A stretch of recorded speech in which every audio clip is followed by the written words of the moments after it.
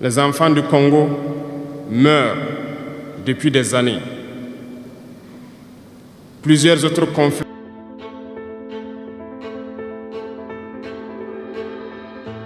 J'ai été désagréablement surpris lorsque l'Éthiopie, qui abrite donc le siège de l'Union africaine,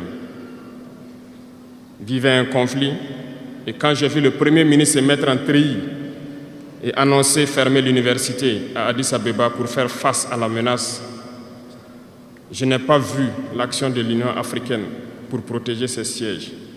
Les États occidentaux, pour la plupart, voyaient Addis Abeba tomber, ont plié bagages et partir.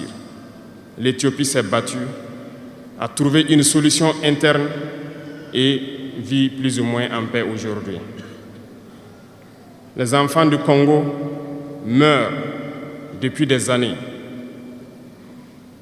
Plusieurs autres conflits, tels au Soudan, existent sur le continent.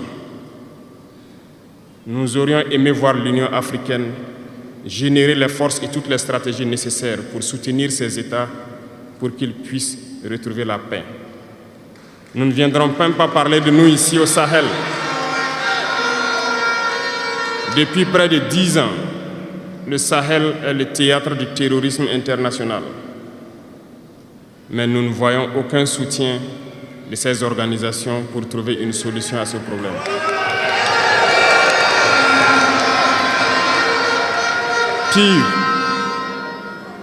Pire, il y a quelques jours de cela, un pays étranger à l'Afrique a annoncé ouvertement avoir soutenu et participé à une attaque lâche, terroriste et barbare contre des forces de notre confédération à Tinzaouaten. L'Union africaine n'a pipé aucun mot pour condamner cette ingérence d'un État extérieur à l'Afrique dans les affaires internes de nos États. Et ce coup de gueule, je souhaiterais qu'ils l'entendent et qu'ils sortent donc de leur silence et poser des actes pour que la jeunesse puisse croire en l'Union africaine.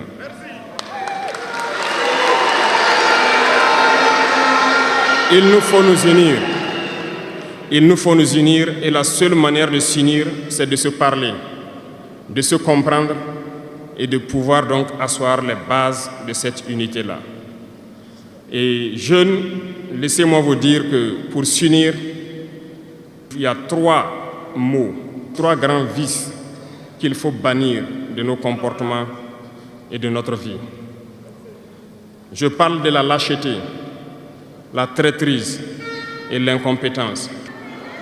Chers aînés, chefs d'État africains, du haut de cette tribune, donc, je souhaiterais dire que les peuples africains sont les peuples les plus pacifiques.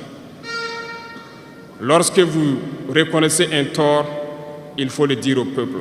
Que nous n'ayons pas peur demain de sortir et dire au peuple, nous nous excusons, nous avions été compromis, nous avons des biens mal acquis, on nous a compromis par plusieurs choses et que nous demandons pardon et nous revenons sur la bonne voie. Et de commencer à travailler réellement pour l'indépendance de nos États et notre émancipation.